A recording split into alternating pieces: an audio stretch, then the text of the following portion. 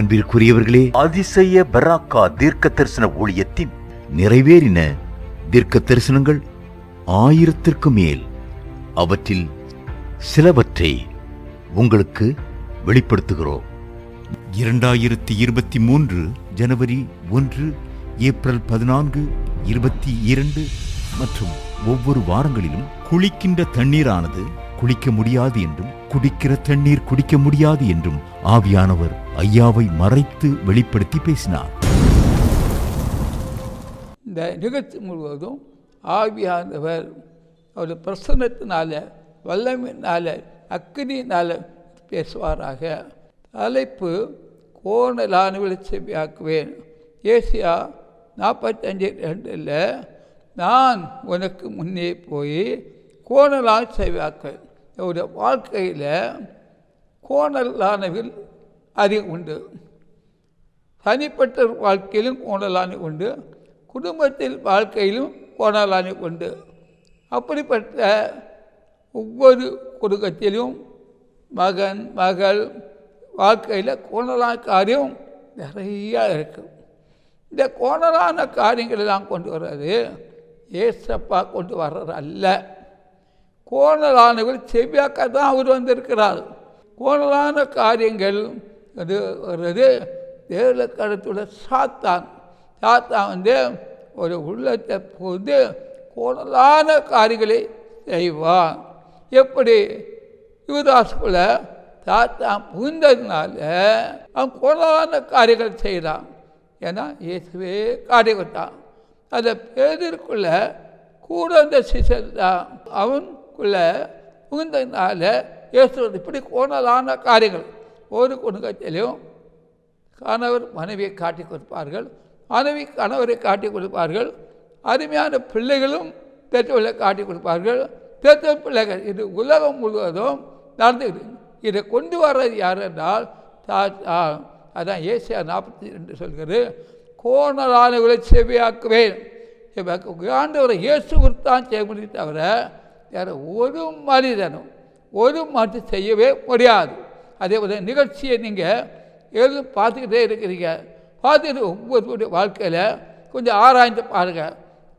எந்த கோணமுடைய வாழ்க்கையில் இருக்கோ அதை செவ்வையாக்கணும்னா இயேசு கிறிஸ்து ஒருவர்தான் செய்ய முடியும் தவிர வேறு ஒருவரால் செய்ய முடியாது என்பதை அறியணும். கடந்த நாட்களிலே இந்த பாரிவாக்கத்தில் போய் ஒரு சகோதரிக்காக ஜெபிக்க அழைத்தார்கள். அந்த சகோதரி பேர் தூயவன். அவனுக்கிட்ட ஒரு ஆவி புகுந்து 4 வருஷமாக இருந்து அழைத்து கொண்டிருந்து வேலைக்கு போக முடியலை. இந்த சூழ்நிலை எங்களுக்கு அழைப்பு வந்து நாங்கள் போனோம்.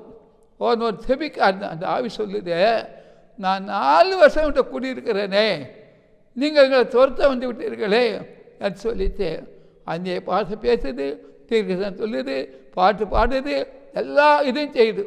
இப்படி இருக்க அந்த சாத்தானுடைய ஆவியை பால் வந்து கடந்து போகும். அந்த பாரிவாக்க அந்த வீட்டில் போய் ஜெபித்த வேலையில் அந்த ஆவி போகிறது. அவன் புத்தி தெரிந்தான். ஆவினால பயந்து போயிருந்தான். அந்த ஆவி அவனுடைய கோணலான காரியம் செய்து கொண்டது. ஜெபித்த வேலையில் அந்த ஆவி புறப்பட்டு வருது. அது என்ன சொல்லி தெரியுமா? 4 வருஷமாக நான் இருந்தேனே, குடிக்கொண்டு இருந்தேனே. அப்படியே உடைய வாழ்க்கையில் தாத்தா அப்ரஹாம் குமார்கிட்ட 18 வருஷமாக குடி இருந்தான், சப்பானி ஆக்கி வச்சுருந்தான். அதே போல் அநேக குடும்பங்களில் தாத்தா பல ஆண்டுகளாக குடிக்கொண்டு இருந்து அவங்க செய்யக்கூடிய காரியங்கள் செய்யக்கூடாதபடி, நன்மையான காரியங்கள் வராதபடி தீமையான காரியங்களை தெரிகிட்டே இருப்பான். அதுக்கு தான் ஆண்டு ஏசா 45:2 சொல்கிறது, நான் உனக்கு முன்னே போய் கோணலாளிகளை சேவைக்கணும். ஆண்டவராக இயேசு கொடுத்தா கோணலாளர்களை சேவையாக்க முடியும் தவிர உலகத்தில் ஒரு மனிதனோ மனுஷியோ கோணால் சேவையாக்கவே முடியாது என்று வேதம் சொல்கிறது.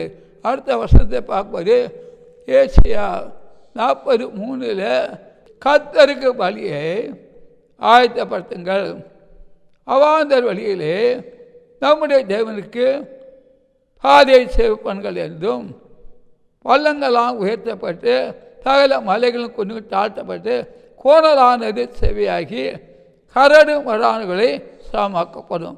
பார்த்துருங்க, ஏசியா 44:3 கர்த்தருக்கு வழியை ஆயத்தப்படுத்துங்கள், ஆந்தர வழியிலே நம்முடைய தேவனுக்கு பாதையை செய்யப்படுங்கள் என்றும், பள்ளங்களால் நிரப்பப்படும், சகல மலைகளும் தாழ்த்தப்படும், கோணலானது செவியாகி கரடு மடானது சாமாக்கப்படும். அப்போ எந்த கரடு இருக்குது, வேறு இருக்குது, அது பள்ளம் சாமக்கணும்னா அதில் கோணலை நாம் சரி பண்ணணும். நியமிக்கும் பொழுது ஒரு வீட்டில் உள்ள பள்ளங்கள் நிரப்பப்படும் மட்டும் இல்லை, அந்த பள்ளம் ஏன் வந்தது, எந்த சூழ்நிலை வந்தது, ஏன் அது கோணலான முறை தான் பள்ளம் வரும், எல்லாம் வராது. அந்த வாழ்க்கையில் பாவம் வருது. அதனால் கோணலான வாழ்க்கைக்கு ஒரு மகள் ஒப்பு கொடுக்கும்போது ஏனென்றால் அந்த பள்ளங்கள் வரும், பாவங்கள் வரும். இதை ஆண்டவர் காட்டுகிறார். அதில் இந்த நிகழ்ச்சியை உங்களுக்கு 7 கட்டத்திலும் பார்த்து தகுந்த சகோதரி வாழ்க்கையில் எந்த கோணல் இருந்தாலும் இன்னும் நிரப்ப முடியாதான் ஆண்டவராக இயேசுக்கிறது இந்த தொலைக்காட்சியை பேசிக்கொண்டிருக்கிறார். இது உலகம் 7 பார்த்துக்கிறீங்க, ஏதோ ஒரு கரத்தை உயர்த்தி கருத்தை அசைத்து சோதர் கபா சங்கரபாதி கரவத்தியா ஆவியானவரே அசைவாடி கொண்டிருக்கிறார். ஓதப கரபா சங்கரவத்தியா. ஏசியா புத்தகம் 42:14 ஆண்டவரை வார்த்தை சொல்லப்பட்டிருக்க கூடரே அவர்கள் அறியாத வழியில் நடத்தி அவர்கள் தெரியாத பாதைகளில் அவர்களை அழைத்து கொண்டு வந்து அது முன்பாக இருளை வெளிச்சமும் கோணலை செவியாக்குவேன். இந்த காரியங்களை நான் அவர்களுக்கு செய்து அவளை கைவிடாதிருப்பேன். ஒரு ஏசியா அந்த 42:14 குருடரை அவர்கள் அறியாத வழியிலே நடத்தி அவர்களுக்கு தெரியாத பாதைகள் அவளை அழைத்து கொண்டு வந்து அவளுக்கு முன்பாக இருளை வெளிச்சமும் கோணலை தியாக்குவேன். இந்த காரியங்களை நான் அவளுக்கு செய்து அவளை கைவிடாதிருப்பேன் என்று ஆவியான் சொல்கிறார். ஒரு அபக்கரபா சங்கரபதியா.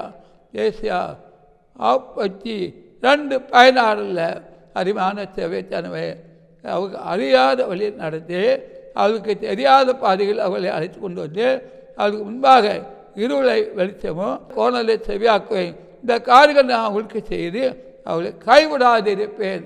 இப்போ ஒருவருடைய வாழ்க்கையிலும் எந்த கோணலாக இருந்தாலும் இயேசு கிறிஸ்து ஒருவர் தான் செவியாக்க முடியும், யாரை ஒருவராலும் செவியாக்க முடியாது. ஒரு அபக்கரபா சங்கரபாதி கரவதியா அந்த ஒரே தரம் அதான் சொன்னார். அதோடைய வாழ்க்கையில் ஆண்களுக்கு பிரிவில்லாத துணிகரமான பாவம் செய்து கொண்டிருக்க பார்க்கிறோம்.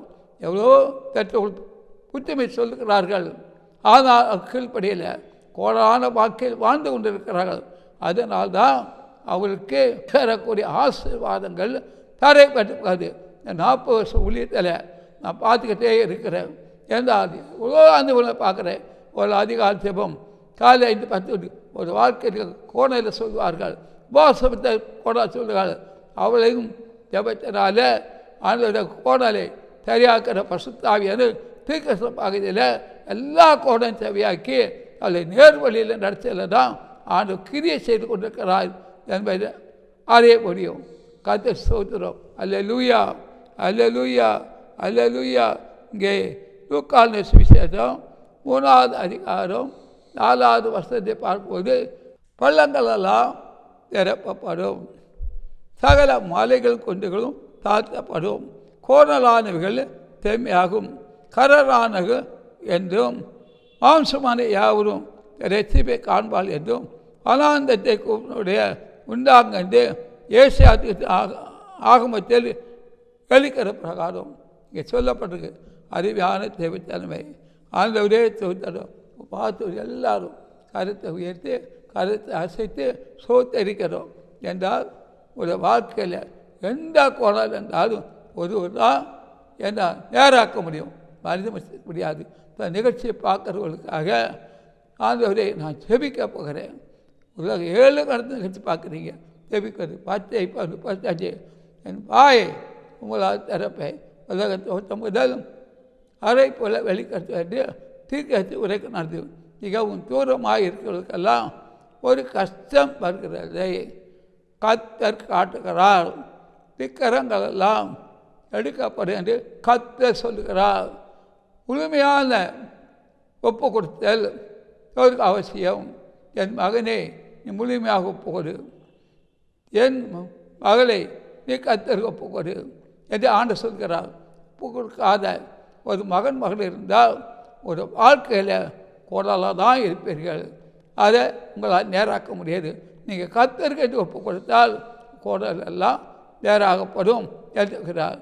அசுத்தாவினால ஒரு மகன் பீடிக்கப்பட்டு கஷ்டப்பட்டு கொண்டிருக்கிறான். பதிவு தூதனை கொண்டு அந்த அசுத்தாவியை கர்த்தர் அகற்றுகிறார். ஒரு வியாதி இருக்கு, வாய்க்குள்ளே இருக்குது, கொஞ்சம் வருஷமாக இருக்குது, அதுக்கு மருத்துவம் செய்தும் விடுதலை கிடைக்கல. ஆண்ட தூதனை அனுப்பி அவனுக்கு வைத்துக்கிற வியாதியை விலக்கி அற்புதம் செய்கிறார். அந்த வியாதி அந்த வாய்ந்து கடந்து சங்கரபா செய்யா. ஒரு சகோதரி ஒரு வீட்டில் உலகத்தை விட்டு கடந்து போகிறாள். சிறிய வயசுள்ள மகள். அதை அவங்க கண்ணு காணாமல் இருக்கிறீங்க, கொஞ்சம் அளவு கடந்து போகிற கற்று காட்டுகிறாள். இப்போ சபம் ஒரு சென்னையில் ஒரு பகுதியில் கூட்டம் கூட்டமாக கிடக்கிறதை நான் காணுகிறேன் என்று கத்த சொல்லுகிறாள். இப்போ அதை வாழும் பகுதியை விட்டு என்ன ஒரு பகுதியை நான் போய் ஊழியம் செய்யலாமா? அது ஒரு ஊழியக்காரன் நினைக்கிறான். இந்த வாழும் பகுதி தான் ஊழி செய்யணுமே தவிர இன்னொரு பகுதி ஊழி செய்ய வேண்டாம், உன்னால் ஊழி செய்ய முடியாது என்று கத்த சொல்கிறாள். ஒரு கட்டடமா, 2 கட்டடமா, பல கட்டடங்களை நீங்கள் கட்டுப்படி என் வலது கருத்தை நீட்டியிருக்கிறேன் என்று சொல்லுகிறாள். ஆண்டவுடைய வருகைக்குள்ள, இயேசுடைய வருகைக்குள்ள முதலும் சென்னையில் ஒரு வெள்ளிக்கிழமை இரவு நடக்கிறதை பார்க்க முடியும். இப்போது எல்லா மாதத்தை விட இனி வரக்கூடிய மாதங்களெல்லாம் விசேஷித்த மாதங்களாக இருக்கும் என்று கத்த சொல்கிறார். அந்தந்த ஆசீர்வாதத்தை விரும்பி செபிக்கிறீர்களோ அதெல்லாம் கொடுத்து விட்டேன். 8 நாட்களில் வீட்டில் ஒரு வராத ஆசீர்வாத அறுவடை பெற்றுவார். அந்த கலக்கம் வேண்டாம், பயம் வேண்டாம், திகிலேடு வேண்டாம். என் நாமத்தை விட்டும் உங்களை ஆசிரியப்பேன், நீ ஆசீர்வாதங்கள் எதை கொடுத்து கவலைப்படாதபடி. துக்கம் தந்தசம் மாறும். சாத்தான் உங்களை ஒன்று செய்ய முடியாது, கிரவம் செய்ய முடியாது. ஒரு வெளிச்சம் உங்களுக்கு வரப்போகுது, நல்ல வெளிச்சம். யாரும் அழ வேண்டாம், யாரும் அழ வேண்டாம். சிரித்து கொண்டே இருங்கள். இயேசுடைய நாம் வகைப்படும் உயர்வும் உடைய சமத்திற்கு, உயர்வும் எடுத்திருக்கு, தாழ்வும் எடுத்திருக்கு. உயர்ந்த மகளாக அதுக்காக செவிங்கள். ஜெபமே ஜெயம். ஒரு அற்புதமா, 2 அற்புதமா, 3 அற்புதமா, பல அற்புதங்களை பெற்று எல்லா சித்தையும் கட்டு மகனுக்கு திரும்ப நடக்கலை, மகளுக்கு திரும்ப நடக்கலை என்றால் என்ன நினைக்கிறீங்க? ஆண்டு செய்வார். ஏழைகளுக்கு கற்பம் தரிக்கலை, கவலைப்படுறாங்க. அநேக குடும்பங்களில் கற்பம் தரிப்போம், கற்பவரியாக மாற்றுவார். இந்த நிகழ்ச்சி பார்க்குற ஒவ்வொருவரும் இந்த ஊழியத்துக்காக ஒவ்வொரு நாளும் 5 நிமிஷமாக தேவத்தில் தாங்கும்படி அன்பாய் பட்சமாய் கேட்டுக்கொள்கிறேன். ஆமே ஆமே. அதிசய பெராக்கா தீர்க்க தரிசன ஊழியத்தின் 2024 புது வருட தீர்க்க தரிசன செய்தி. நாள் 1/1/2024 திங்கட்கிழமை காலை 10:30 மணி முதல் பிற்பகல் 2 மணி வரை. இடம் அதிசய பெராக்கா தீர்க்க தரிசன ஊழியம். எண் 71, மௌனசாமி தெரு, அம்பத்தூர் ஓச்சி, சென்னை 53. தீர்க்க தரிசன தேவ செய்தி அளித்து உங்களுக்காக சிறப்பு பிரார்த்தனையும் ஏறெடுக்க இருக்கின்றவர் தீர்க்க தரிசி எஸ் தங்கசாமி அவர்கள். சுகமளிக்கும் மற்றும் தீர்க்க தரிசன வரம் பெற்றவர். சிறப்பு பாடல்கள் உண்டு, சாட்சிகள் உண்டு. சபை பாகுபாடின்றி அனைவரும் இந்த கூட்டத்தில் பங்கு பெற்று இறையாசியையும் 2024 ஆண்டிற்கான தெய்வீக ஆசீர்வாதங்களையும் பெற்றுச் செல்லுங்கள் என்று உங்களை அன்புடன் அழைக்கின்றோம். மேலும் தேவ ஊழியரை நீங்கள் தனித்தனியாக சந்தித்து ஜெபிக்க விரும்பினார் ஒவ்வொரு நாளும் அதிகாலை 5 மணி முதல் காலை தொழுகையில் நீங்கள் கலந்து கொண்டு சகோதரர் அவர்களை சந்தித்து ஜெபித்துக் கொள்ளலாம். மேலும் விவரங்களுக்கு தொடர்பு கொள்ள சுவிசேஷகர் எஸ் தங்கசாமி. தொலைபேசி எண் 26574550, 26574551. செல்போன் 9383344445. புத்தூர் அதிசய பெராக்கா தீர்க்க தரிசன ஊழியங்கள் நடத்தும் பரிசுத்த உபவாச ஜெப கொடுகை நடைபெறும் இடம் அதிசய பெராக்கா தீர்க்க தரிசன ஊழியங்கள் 71, மௌனசாமி தெரு, அம்பத்தூர் ஓச்சி. இதில் சிறப்பு ஜெபம் மற்றும் தேவ செய்தி அளிக்க இருக்கின்றவர் தீர்க்கதரிசி சுவிசேஷகர் எஸ் தங்கசாமி அவர்கள். அன்பானவர்களே, இந்த உபவாச கூட்டத்தில் கலந்து கொண்டு தேவ ஆசீர்வாதங்களை பெற்று செல்ல அன்புடன் அழைக்கப்படுகின்றீர்கள். ஜெப தேவைகளுக்கும் மேலும் ஆலோசனைகளுக்கும் நீங்கள் தொடர்பு கொள்ள வேண்டிய முகவரி சுவிசேஷகர் எஸ் தங்கசாமி, 71 மௌனசாமி தெரு, ஆம்பத்தூர் ஊர்ச்சி, சென்னை 53.